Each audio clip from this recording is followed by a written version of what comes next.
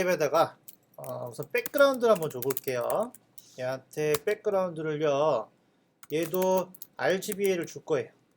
똑같이 줘서 우선은 0,0,0.8 정도 한번 해볼까요? 우선은 이렇게 한번 해볼게요. 전체 헤더를 감싸고 있는 전체 영역한테 백그라운드를 한번 줘봤어요. 그리고 나서 한번 확인해 보면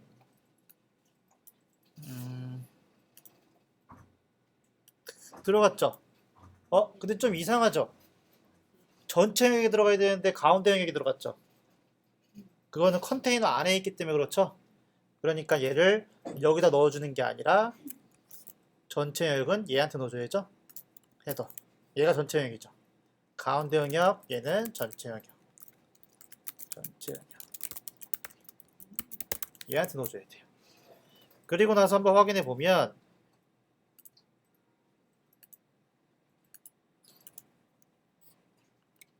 저장이 안 됐어요. 그래서 확인해 보면 이렇게 들어갔죠? 전체로 이렇게 들어간 거예요. 그래서 원본을 확인해 보면 전체 영역에 마우스 오버하면 하얀색으로 살짝 바뀌니까 우리도 그 효과까지 줄게요. 그래서 헤더한테 오버했을 때는 백그라운드 컬러를 하얀색으로 헥사 코드를 이용해서 하얀색으로 설정을 해줬어요. 물론 이거는 스크립트로 작업해줘야 돼요. 근데 우선은 틀만 잡기 위해서 우리가 이렇게 효과를 줬어요. 저도 이 사이트를 처음 만들어 보기 때문에 약간 시행착오가 있을 수는 있어요.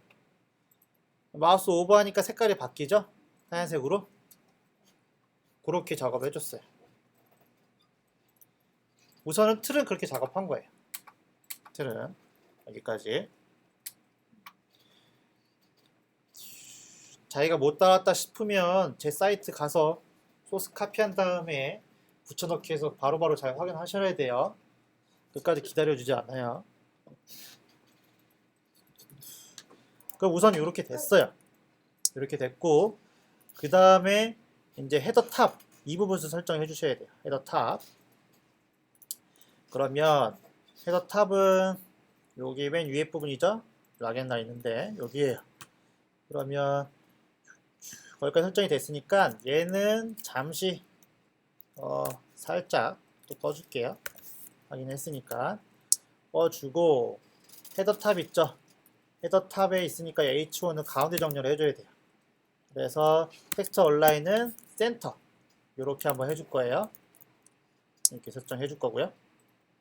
그러면 글씨가 당연히 가운데로 오겠죠? 확인해 보면 글씨가 가운데로 왔어요. 맞죠? 글씨 가운데 왔고요. 위아래 여백쯤 좀 있어야 될 것 같아요. 그죠? 위아래 여백 좀 있어야 돼서 얘는 20 정도 줘서 하이트 값을 원래는 이거를 확인하지 않고 포토샵으로 제가 확인을 이렇게 해야 되는데 저랑 해상도가 안 맞는 관계고 원래는 실제로 한다라고 하면요 디자인이 왔으면 이렇게 확인하겠죠. 62라고 나오니까 한 30 정도 될 것 같아요. 31 정도. 31 정도 될 것 같아요. 그러면 다시 이쪽에 가서 이 헤더에 H1이죠? H1한테 마진을 줘도 되고 패딩을 줘도 되고 얘는 패딩을 위아래로 30px 0이라고 한번 줘볼게요. 이렇게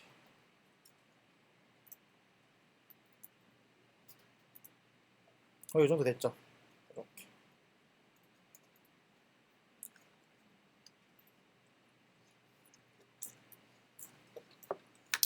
이건 좋고요.